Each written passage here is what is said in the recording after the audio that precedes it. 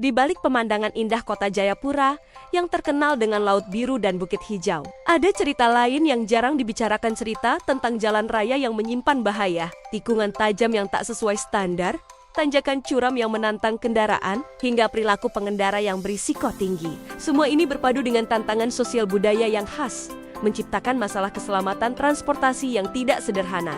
Buku Keselamatan Transportasi, Keselamatan Bersama karya Firman Setiawan dan Amalia Aziz hadir sebagai jawaban. Ini bukan sekadar buku teori yang hanya membahas standar lalu lintas, tetapi sebuah perjalanan investigatif yang mengajak kita melihat permasalahan dari kacamata yang lebih luas. Penulisnya menggabungkan pendekatan rekayasa teknik sipil yang tajam dengan pemahaman mendalam tentang kondisi sosial masyarakat Papua, khususnya di Jayapura. Dalam buku ini, pembaca akan diajak memahami akar masalah yang sering terabaikan, mulai dari desain jalan yang seringkali kalah dengan kontur alam, hingga pengaruh perilaku manusia yang tidak kalah pentingnya. Salah satu bahasan yang menonjol adalah faktor sosiokultural, termasuk pengaruh minuman keras yang menjadi salah satu pemicu utama kecelakaan.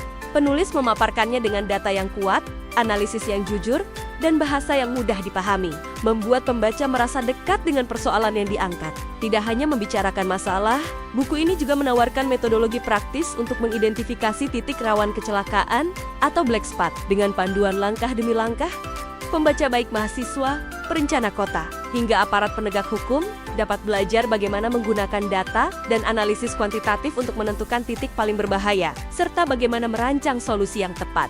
Menariknya, solusi yang disajikan tidak hanya mengandalkan proyek besar berbiaya mahal, penulis juga menyajikan katalog solusi aplikatif, mulai dari langkah sederhana dan berbiaya rendah, seperti penambahan rambu atau marka jalan, hingga perancangan ulang desain jalan yang lebih aman. Semua ini disajikan dengan mempertimbangkan kondisi nyata di lapangan, sehingga bukan hanya sekadar wacana, tetapi bisa langsung diterapkan untuk menyelamatkan nyawa.